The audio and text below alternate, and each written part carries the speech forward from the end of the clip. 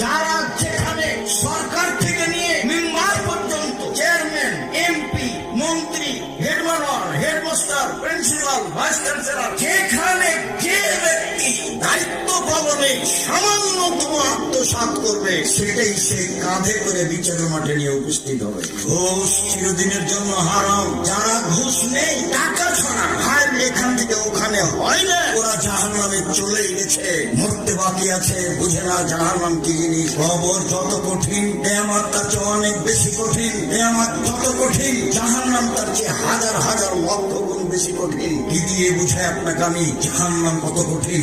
যারা বিশ্বাসঘাতক, যারা ডাক্তার, বিচারের মাঠে তার পাশে একটা পতাকা ঝুলানো হবে, ওই কালো হাজি দাদরা তো ফলানি ফলানা, এবং চিৎকার করে বলা হবে, শোনো, অমুকের সন্তান অমুক, তার বংশ এই, তার বাপ এই, তার নাম এই, এগুলো